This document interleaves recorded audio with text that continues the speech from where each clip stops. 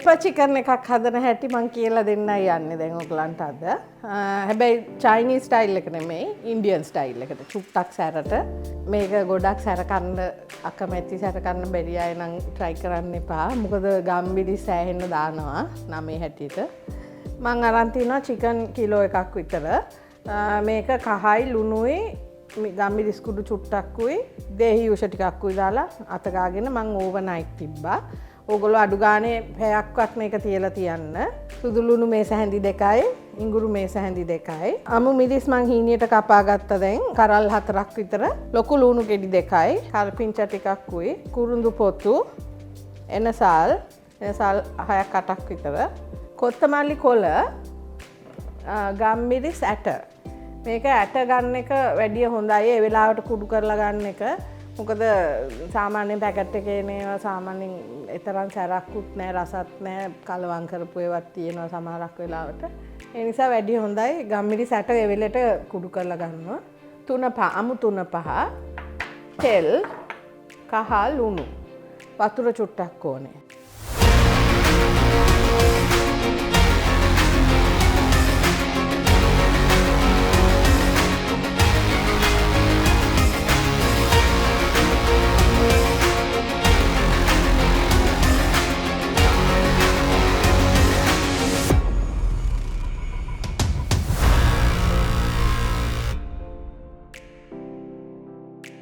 හරි අපි බලමු කොහොමද හදාගන්නේ කියලා. තෙල් මේස හැඳි 4ක් විතර ඕනේ. 4ක් හෝ 6ක්. මම තාච්චියේ මේක ලිපේ තියලා තෙල් එක රත් වෙන්න තියලා තියෙන්නේ. කුරුඳු පොතු ටිකයි එනසල් ටිකයි දාගන්නවා. සාමාන්‍යයෙන් මේ dry spices flavor එක ඉස්සරහට එන්න පොඩ්ඩක් අපි මේ තෙල් රත් වෙච්ච තෙල් එකට දාගන්න. ඊට පස්සේ ලුණු ටික බැද ගන්න දාන්න. මේකටම කරපිංචා ඉටි 3ක් 4ක් දාගන්න. මේ ලුණු ටික කර වෙන අතරේදී අපි ගම්මිරි සැට එක කුඩු කරගමු. මේක හොඳටම පවුඩර් වෙන්න කුඩු වෙන්න කැඩෙන්න ඕනේ නැහැ. කෙටෙන්න ඕනේ නැහැ. ටිකක් ගොරෝසු කැලි තිබ්බට කමන්නේ නැහැ. මේක ඕනනම් ග්‍රයින්ඩර් එකේ දාලා කෙටුවත් කමක් නැහැ. මම කැමති මෙහෙම කොටන්න මොකද එතකොට ටිකක් අර ඝනකම කැලි තියෙනවා.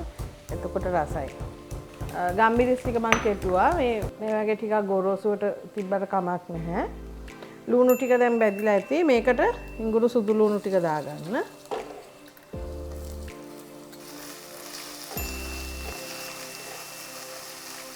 ඒකත් පොඩ්ඩක් බැදෙනකොට කපාගත්ත අමු මිරිස් ටික දාගන්න. අමු මිරිස් ඕගලන්ට අවශ්‍ය ප්‍රමාණයට ජස් කරගන්න, අඩු වැඩි කරගන්න. හරි. මේකට අපි මේ චිකන් ටික දාලා බැදෙන්න දෙන්න ඕන. මේක හොඳට කලවම් කරගෙන මේක චුට්ටක් වෙලා තැම්බෙන්න දෙන්න. ඕනට වැඩියම ගින්දර අඩු කරන්නත් එපා. සාමාන්‍යයෙන් මීඩියම් ෆයර් එකක වගේ තියලා චුට්ටක් වෙලා තැම්බෙන්න අරින්න. මිනිත්තු 5ක් 10ක් විතර තැම්බෙන්න තියන්න. ඊට පස්සේ අපි අනිත් දේවල් දාගන්නවා. මේක දැන් මිනිත්තු 6ක් 7ක් තිබ්බා. සාමාන්‍ය දුරට තැම්බිලා තියෙන්නේ. චිකන් ටික මේකට අපි දැන් අමු 3-5 කුඩු ටිකයි තේ හැඳි 2ක්.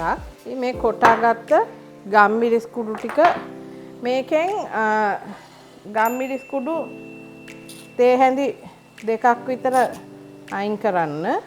ඒක අන්තිමට අපි දාන්නේ. මේ අනිත් ටික ඔක්කොම මේකට දාගන්න. බය වෙන්න එපා. මෙච්චර ගොඩක් ගම්මිරිස් තිබ්බට ඒ තරම්ම සැර දැනෙන්නේ නැහැ අන්තිමට උයලා ඉවරුනහම.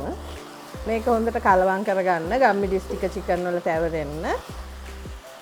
ඕගොල්ලෝ මේක ඇත්තට හොදි නෑ ගොඩක් තියෙන්නේ ඩ්‍රයි කරි එකක්. හැබැයි පොඩ්ඩක් ග්‍රේවි තියෙන්න ඕන නම් මේ වෙලාවේදී වතුර චුට්ටක් කෝප්ප භාගයක් වගේ මේකට දාගන්න. ලුණු බලන්න, ලුණු ඇඹුල් බලන්න. ලුණු මදි නම් ලුණු දාගන්න. මේකේ ලුණු ඇති. මෙහෙමම ආයි මේ මීඩියම් ෆයර් එකේ ටිකක් වෙලා තව තියන්න. මිනිත්තු 10ක් විතර චිකන් ටික හොඳට තැම්බිලා රස ඔක්කොම ඇබ්සෝබ් කරා ගන්නකම්. මේක වහලම තැම්බෙන්න තියන්න. මීඩියම් ෆයර් එකේ ඕන්ට වැඩි ගින්දර අඩු කරන්න එපා. එතකොට ඕනට වැඩිය චිකන් එක තැම්බෙනවා.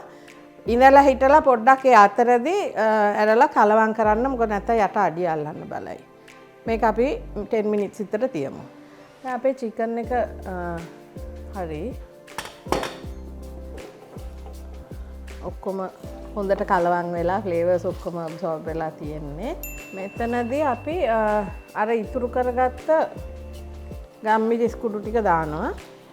කොත්තමල්ලි කොළ කපා ගත්ත ඒවා. ඉති 3ක් විතර කපලා තියෙනවා.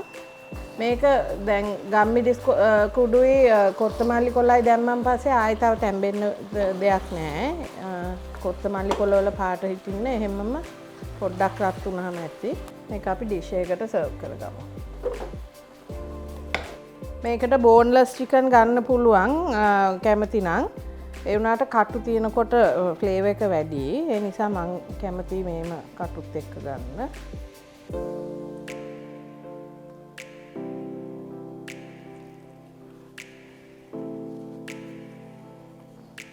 pepper chicken.